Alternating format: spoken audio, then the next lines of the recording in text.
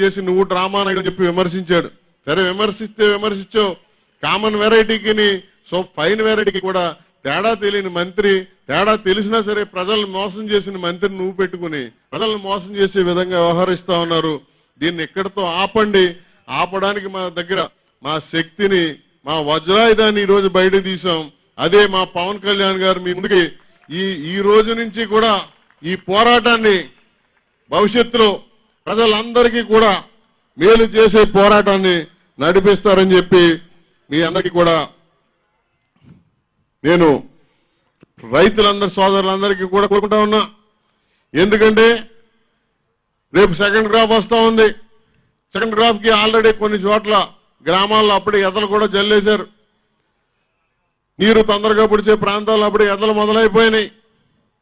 మిగిలిన చోట్ల ఒక 20 రోజుల్లో కూడా మొత్తం ఎదంతా కూడా ఎద అంటే సార్ ముందు జల్లుతారు సార్. ఇక్కడ ధాన్యాన్ని ఇంతకుముందు ఊడ్చేవారు, ఊడ్పులు మానేసి అందరు కూడా ఎదలు అంటే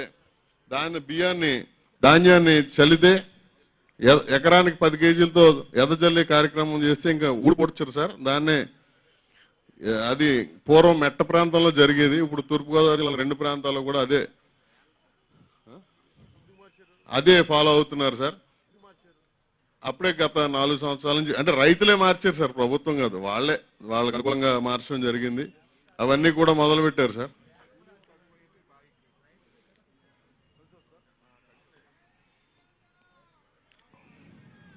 అదేవిధంగా ఈ రోజుకి దాదాపు 7 లక్షల పైచీలకు ధాన్యానికి డబ్బు చెల్లించారు పోయిన సంవత్సరంలో.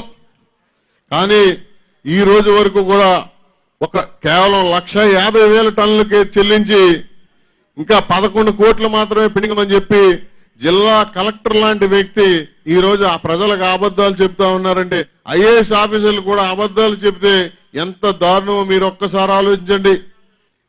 ఈరోజు పవన్ కళ్యాణ్ గారు వస్తున్నారు కాబట్టి ఈరోజు ప్రెస్ మీట్ పెట్టాడు. అది కూడా దొంగ లెక్కలతో. నిజమైన లెక్కలు మా దగ్గర ఉన్నాయి. మా నాయకులు ఉన్నారు, నిష్ణాతులైన నాయకులు మా దగ్గరే. మీరు చేసే ప్రతి లెక్కకి లెక్క చూపించగల సమర్థులైన కార్యకర్తలు ఉన్నారు మా దగ్గరే.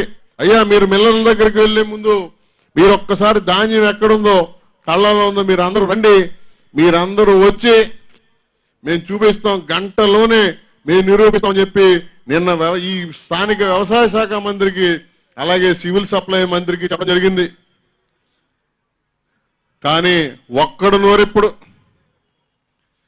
ఏదో తెలుగు మాధ్యమం కొనసాగించమని పవన్ కళ్యాణ్ గారు చెప్తే తెలుగు మాధ్యమం అంటే 2 కొనసాగించమని చెప్పారు.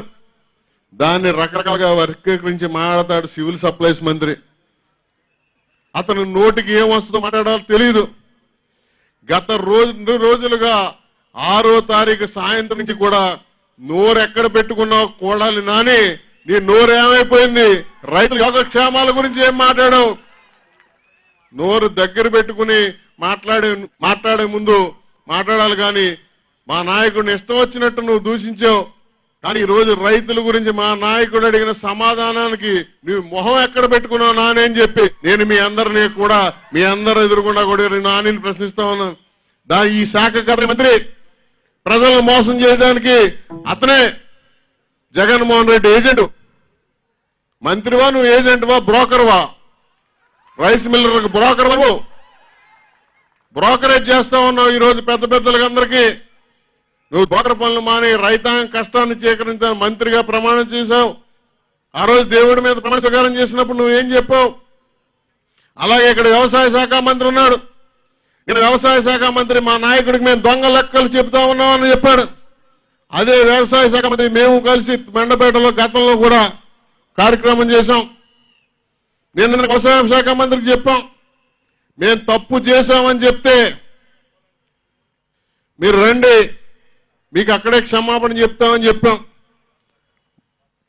మన 10వ తారీఖు ఈ రోజు వరకు స్పందన లేదు ఆ వ్యక్తికి.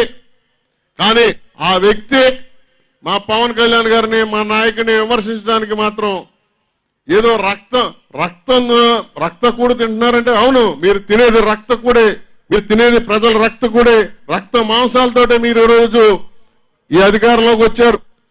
మీరందరూ కూడా ఈ రక్తం తిని ప్రజలు పండించిన రక్తాన్ని దోచుకుంటానికి మాత్రమే మీరు కుట్రలు చేస్తా ఉన్నారు. వ్యవసాయ శాఖ మంత్రి గారు మిమ్మల్ని మాట్లాడితే పవన్ కళ్యాణ్ గారిని తిట్టమని జగన్మోహన్ రెడ్డి గారు తిట్టారు. ఎందుకంటే మీరందరూ కూడా ఆ కుటుంబం భిక్షతో, ఆ కుటుంబ రాజకీయ భిక్షతో ఈ రోజు మీరు అధికారాల్లో ఉన్నారు. కానీ మీరు అది మర్చిపోయి పవన్ కళ్యాణ్ గారిని కన్నబాబు గారి చేత తిట్టిస్తారు, పేరు నాని గారి చేత తిట్టిస్తారు, ఇంకొక చేత తిట్టిస్తారు. ఆ కొడాలి నాని అనేవాడు ఏం మాట్లాడతాడో అతనికి తెలియని అజ్ఞాని. అటువంటి అజ్ఞాని ఈరోజు ఈ రాష్ట్రానికి పౌర సరఫరా శాఖ మంత్రి, అతని ఆధ్వర్యంలో మాత్రమే సేకరణ జరుగుతూ ఉంది. బాబు కొడాలని గత వారం రోజుల నుంచి మా నాయకుడు 6వ తారీఖుని తూర్పుగోదావరి జిల్లా పర్యటన కాడి నుంచి నువ్వు ఎక్కడికి పోయావు, నీ మొహం ఎక్కడ పెట్టుకున్నావు, ఒకసారి ప్రజల వరకు వచ్చి దీని మీద సమాధానం చెప్పాలి అని చెప్పి మీ ద్వారా, ఈ పత్రికల ద్వారా, మీడియా ద్వారా, మా సోదరుల ద్వారా, అందరి ద్వారా ప్రశ్నిస్తాను నేను. అదేవిధంగా సోదరుల అందరు రైతులందరికీ మీకు అందరికీ చెప్పేసేది ఒకటే, మిల్లర్లకి ఈ సంవత్సరం నుంచి మిల్లర్లకు మిల్లర్లకి దగ్గరికి వెళ్ళే ముందే మద్దతు ధర కావాలి. ఎంతకంటే రైతు దగ్గర నుండి మిల్లుకి వెళ్ళిన తర్వాత రేటు నీ దగ్గర నోకైపోతుందని, మాచ్యూర్ లెవెల్స్ తేడా ఉన్నాయని ఇలా రకరకాలుగా రైతును దోచేస్తా ఉన్నారు. ఈ దోపిడీని అడ్డుకునే ప్రయత్నం చేద్దాం. ఒక బృహత్తరమైన కార్యక్రమం మన నాయకుడు చేపట్టాడు. దీన్ని క్రమేపీ కూడా రాబోయే రోజుల్లో మార్పు తీసుకురావడానికి సమాజంలో రైతుల్ని అందరినీ కూడా ఏకీకృతం చేసి ఒక అద్భుతమైన మార్పు తీసుకురావడానికి ఈ రోజు ఒక మహాసంకల్పంతో మన నాయకుడు ఈ రోజు మన దగ్గరికి వచ్చారు. అంత ఆయన నిబద్ధతకి నేను ఈ రోజు మీ అందరికీ కూడా నేను ఒక విషయం చెప్పాలి.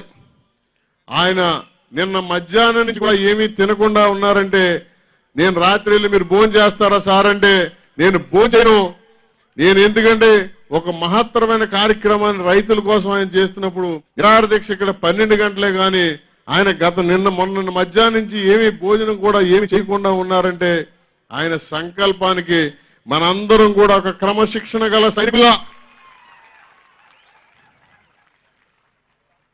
ఒక సైనికాధికారులు ఎంత క్రమశిక్షణతో ప్రవర్తిస్తారో అదేవిధంగా నాయకులు కానివ్వండి, పార్టీలో నాయకులు కానివ్వండి, కార్యకర్తలు కానివ్వండి, జన సైనికులు కానివ్వండి, అభిమానులు కానివ్వండి, మన నాయకుడిని అధికార పీఠం వరకు కూర్చోబెట్టే వరకు, రాబోయే ఎన్నికల వరకు మనం ఒక అద్భుతమైన శక్తివంతులు ఎదగాలంటే ప్రతి కష్టాన్ని, ప్రతి కార్మికుడి కష్టాలను ఎలా తీర్చాడో మన నాయకుడు, అలాగే ఇతర కార్మికుల కష్టాల గురించి ఎలాగ ఆలోచిస్తా ఉన్నారో రాయలసీమలో కానీ ఇతర ప్రాంతాల్లో కానీ ఎంతగా ఆలోచిస్తా ఉన్నారో, ఈరోజు ఈ తూర్పు పశ్చిమ గోదావరి జిల్లాలో పడే రైతుల కష్టాల కోసం, మన బాధల కోసం ఎంత దృఢ సంకల్పంతో ఆయన మన ముందుకు వచ్చి, మనకంటే ముందుగానే ఆయన ఇక్కడికి వచ్చి కూర్చుని మనకందరికీ కూడా స్ఫూర్తినిస్తున్న వారికి నేను ఈ తూర్పుగోదావరి జిల్లా రైతాంగం తరపున,